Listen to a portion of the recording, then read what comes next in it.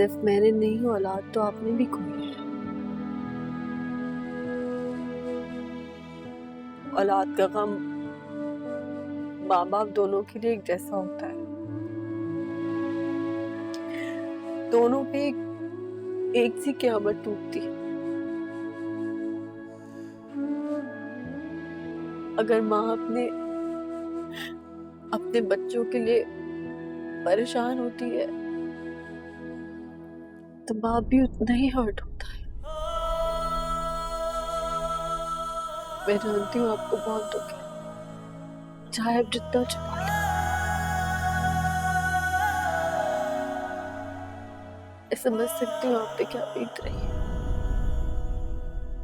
क्या क्या ख्वाब नहीं देखे थे हमने अपने बच्चे के लिए। सारे ख्वाब एकदम से टूट गए।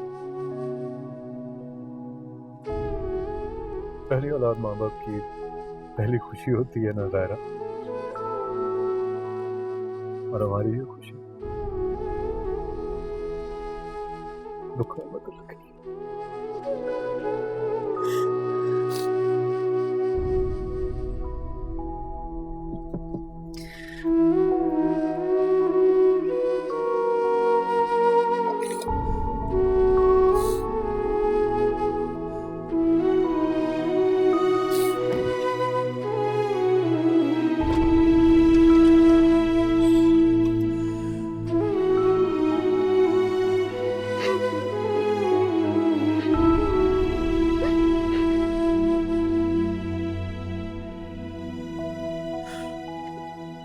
बस कर दो ज़ायरा, सब्र करो मेरा बेटा।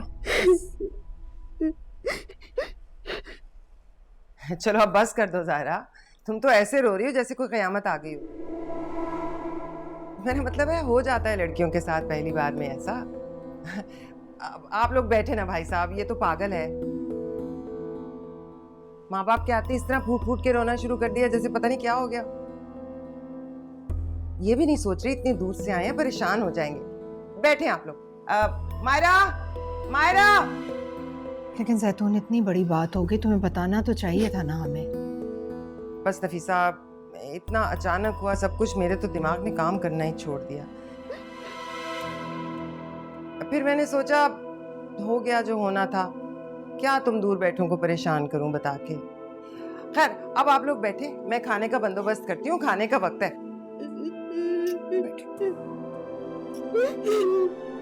बस बेटा,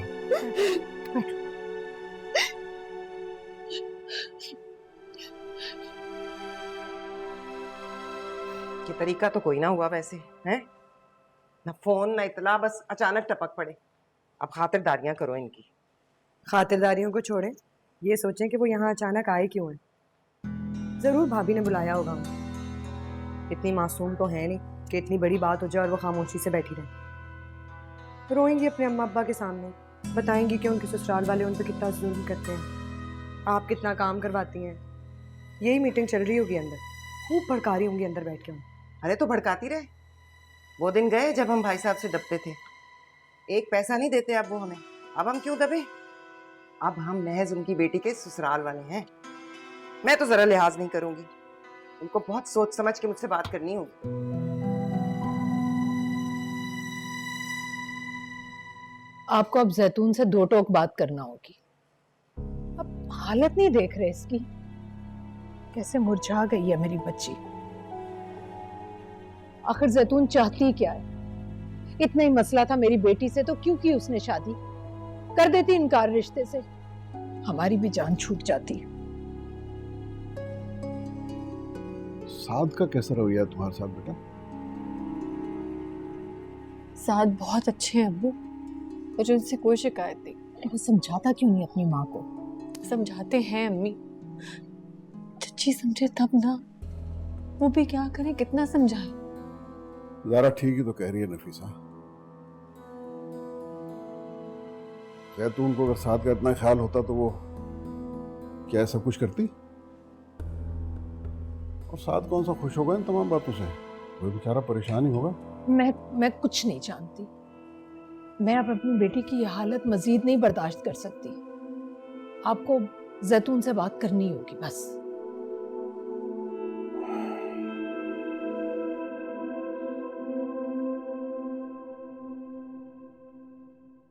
I think it's about time we made a decision. किस बारे में? हमारे बारे में और किस बारे में? अब हमें ये भी तो डिसाइड करना है ना कि रिलेशनशिप का कोई फ्यूचर है या फिर क्या?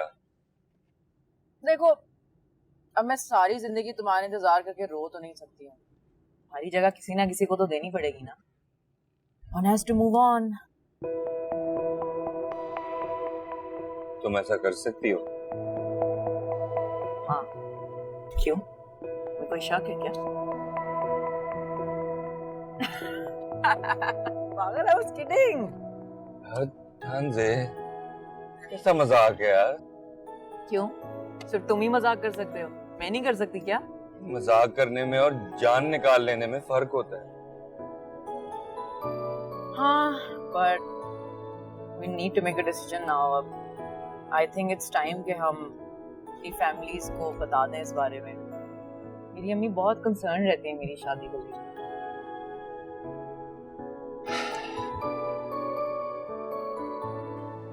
जायरा के साथ जो कुछ भी हुआ काम की ज्यादती की वजह से हुआ। अगर ये आराम कर लेती तो ये सब ना होता। डॉक्टर ने तो पहले ही बेड रेस्ट का कह दिया था।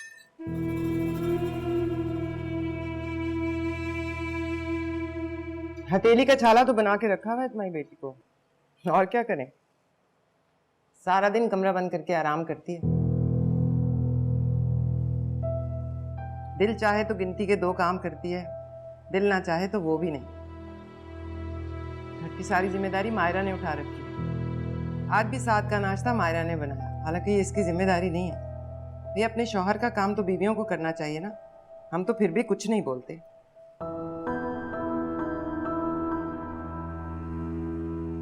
देखो जैतून, ये छोटी छोटी बातें कल कल को बढ़ के बड़ी बड़ी बातों में तब्दील हो जाती हैं।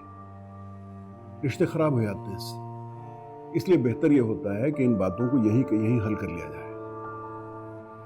भाई, काम काज के लिए मुलाजमा भी तो रखी जा सकती है।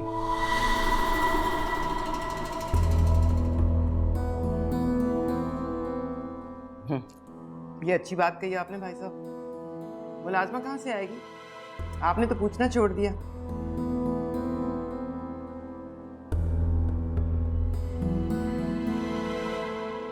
सुहेल और साथ की मामूली सी तनख्वाहों में मैं किस तरह से घर चला रही हूँ मैं ही जानती हूँ। बहुत जोड़ तोड़ करके अखराजात पूरे होते हैं। मुलाजमा का खर्चा कौन देगा? तो जैतून, तुम ये कहना चाहती हो कि सारी जिंदगी हमारी बेटी तुम्हारे घर मासी बनकर रहेगी?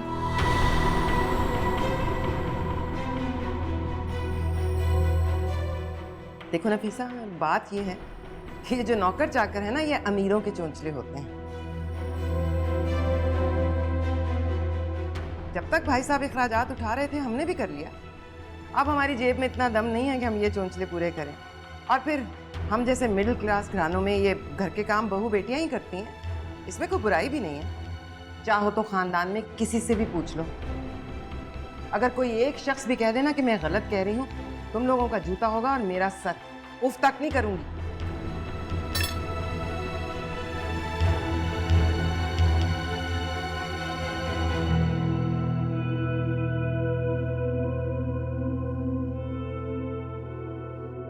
बातों से ज्यादा उसका अंदाज गलत था।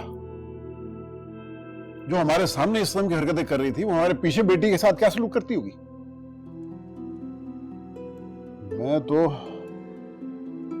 मैं तो पछता रहा हूं अपने इस फैसले पे। काश मैंने तुम्हारी बात मानी होती, कम से कम हमारी बेटी के साथ आज ये तो ना हो रहा होता। अच्छा, अब जो होना था सो हो गया। आगे की सोचें क्या करना है। ये सारा फसाद उस घर की वजह से हुआ है। जैतून का रवैया बिल्कुल बदल गया है। जब तक आप उसे घर नहीं लेकर देंगे ना, हमारी बेटी को चैन से नहीं रहने देगी। बैर बांध चुकी है उससे। अपनी जबान की कड़वाहट से उसकी जिंदगी में जहर घोलती रहेगी वो। अगर तो घर के लालच में वो मेरी बेटी की जिंदगी से खेल रही है ना, तो फिर घर तो मैं उसे नहीं लेके दूंगा। ये ख्वाहिश उसकी मैं किसी हालत में पूरी नहीं होने दूंगा। तो क्या करेंगे फिर? अपनी बेटी को जैतून के रहमो करम पर छोड़ देंगे? इस मसले का मुझे एक ही हल नजर आ रहा है और उसके लिए मुझे साथ से बात करनी पड़ेगी।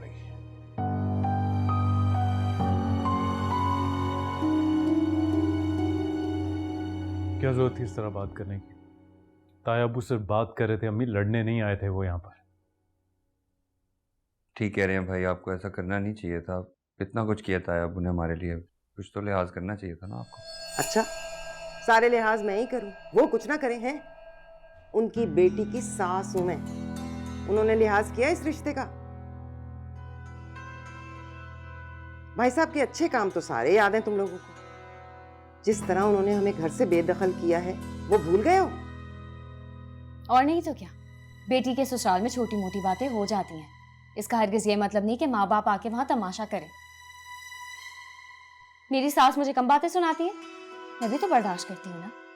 कितनी बार यहाँ से कोई आया उन्हें बेइज्जत करने के लिए। बहरहाल ये सब कुछ जो हो रहा है ना, ठीक नहीं हो रहा।